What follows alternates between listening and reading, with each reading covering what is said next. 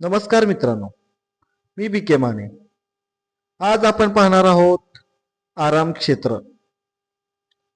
आराम क्षेत्र खूप सुरक्षित वाटतं, पण लक्षात ठेव, तिथे प्रगती होत नाही. जिथे आराम आहे तिथे वाढ थांबते. कारण मन म्हणतं इथेच बरे आहे, पण आयुष्य म्हणतं पुढे चल. जे लोक आज पुढे आहेत ते कधीच आरामात नव्हते. त्यांनी भीती पत्करली, त्यांनी अपयश स्वीकारलं.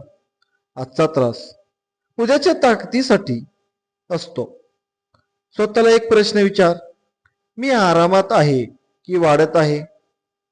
कारण आराम क्षेत्रात राहिलास तर आयुष्य लहानच राहील, बाहेर पडलास तर आयुष्य मोठं होईल.